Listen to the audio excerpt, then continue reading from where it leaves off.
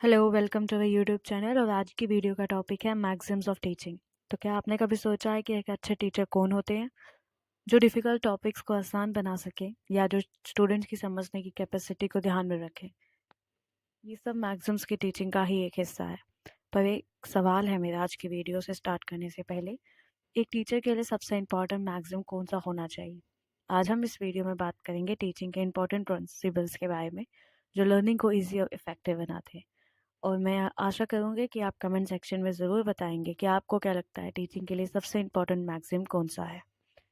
तो maxim similarly एक short statement होते हैं जिन्हें हम as a general rule of conduct consider करते हैं। मैक्सिम्स ऑफ टीचिंग एक सेट ऑफ स्टेटमेंट्स हैं जो एक्सपीरियंस टीचर्स ने दी है अपने एक्सपीरियंस के अकॉर्डिंग। तो in just about every area of society there is nothing more than ethics rules values code of conduct, सब एक जैसी ही चीज़ है। ये मैक्सिम्स यूनिवर्सल फैक्ट है और ओवरऑल एक्सेप्टेड है अराउंड द वर्ल्ड। तो जब एक टीचर अंडरस्टैंड करता है मैक्सिम्स को इफेक्टिवली तो टीचिंग सिस्टम और ज़्यादा एफिशिएंट और सिस्टमैटिक हो जाता है। मैक्सिम्स की बात करूँ तो डिफरेंट है, simple to complex, known to unknown, seen to unseen, training of senses. आज हम इन सबको डिटेल में पढ़ेंगे। तो पहला है नोन टू अननोन। तो ये एक ऐसा मैक्सिम है जो उन प्रीवियस नॉलेज के ऊपर बेस्ड है। जैसे कि जो भी स्टूडेंट के पास पहले नॉलेज है, लेकिन हमें टीचिंग का ये मैक्सिम हमें सिखाता है टीचर को कि किस तरह अपने जो कुछ कंसेप्ट बच्चे को ऐसे सिखाने हैं, मतलब अननोन कंसेप्ट आपको बच्चे को नून कंसेप्ट से सिखाने हैं। जैसे कि शेप्स, आपने एक शेप पढ़ी है, दूसरी शेप उसी से मिलती जुलती, मतलब एक कनेक्शन के साथ, नोन फ्रॉम द अननोन।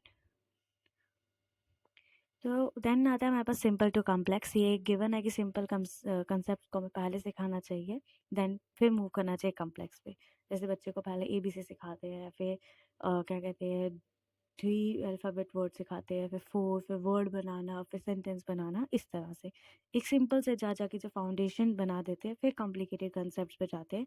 और ये आप हर क्लास में देख सकते हो, हर सब्जेक्ट में देख सकते हो। देन आ गया from concrete to abstract.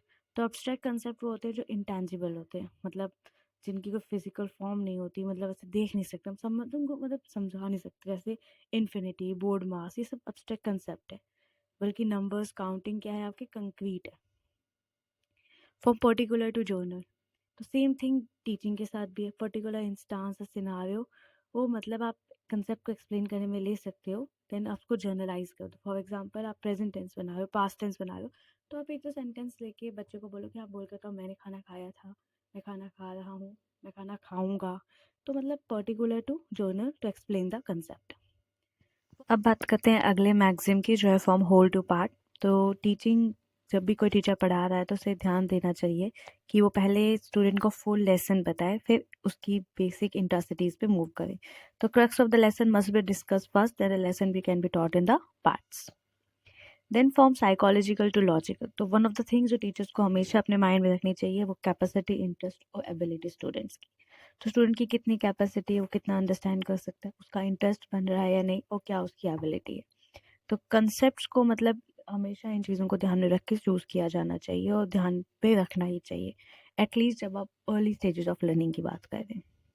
Then from induction to deduction, तो टीचर्स को ध्यान रखना चाहिए कि वो पहले इंडक्शन करें फिर डिडक्शन पे जाएं। इंडक्शन कुछ नहीं है, मतलब एक कंक्लूजन, मतलब कुछ गिवन स्टेटमेंट्स पे जब हम एक कंक्लूजन निकालते हैं तब। डिडक्शन इज उस कंक्लूजन पे पहुंचना सारी पॉसिबिलिटीज़ को ध्यान में रखने के बाद। तो सबसे पहले आपको इंडक्शन, फिर जाना चाहिए डिडक्शन पे कि क्या क्या उसके और पॉसिबिलिटीज़ हो सकती है। Then from empirical to rational, तो एम्पिरिकल नॉलेज जो होती है वो वेरीफेबल होती है, बल्कि रैशनल जो होती है वो लॉजिक्स पे, प्रिंसिपल पे बेस्ड होती है। तो पहले टीचर को इंट्रोड्यूस करना चाहिए स्टूडेंट्स को एम्पिरिकल आइडियाज, देन उनको रैशनल कंसेप्ट पे मूव करना चाहिए, क्योंकि एम्पिरिकल आपकी एक्सपीरियंस और ऑब्जर्वेशन से आती है। देन फ्रॉम अगला मैगजीन है हमारा फ्रॉम एनालिसिस टू सिंथेसिस। तो ये मतलब लाइक अपने डिफ्रेंशिएशन और इंटीग्रेशन का कंसेप्ट मैथ में तो पता ही होगा, लेकिन मैं इसको अगर हम टोटली इसको बताएं तो ये मतलब एनालिसिस इज नथिंग, आप प्रॉब्लम को डाइजेस्टिबल बाइट्स में डिवाइड कर लेते हो, और सिंथेसिस जब आप उन सारे पार्ट्स को एक साथ कर लेते हो। जैसे हम डिफरेंशिएट और इंटीग्रेशन के एग्जाम्पल की बात की हमने, तो डिफरेंशिएट होकर उनको डिफरेंशिएट करना, इंटीग्रेट उनको फिर इकट्ठा कर देना। वैसे ही तो पहले एनालिसिस करना है कि हमें उनको छोटे छोटे छोटे पार्ट्स में डिवाइड करना, देन सिंथेसिस, फिर उनको टुगेदर एज ए होल ले लेना है। So let us conclude this video है। तो टीचर को हमेशा मैक्सिमम यूज़ करना चाहिए। पहले अपना होल आइडिया फर्स्ट अपना प्रेजेंट करना चाहिए, देन पार्ट्स में जाना चाहिए। फॉर एग्जांपल जब आप पोएम पढ़ा रहे हो तो पहले पूरी पोएम पढ़ा दो, फिर उसके बारे में उसके पार्ट्स को इजीली ही बाइफरगेट करके समझाओ।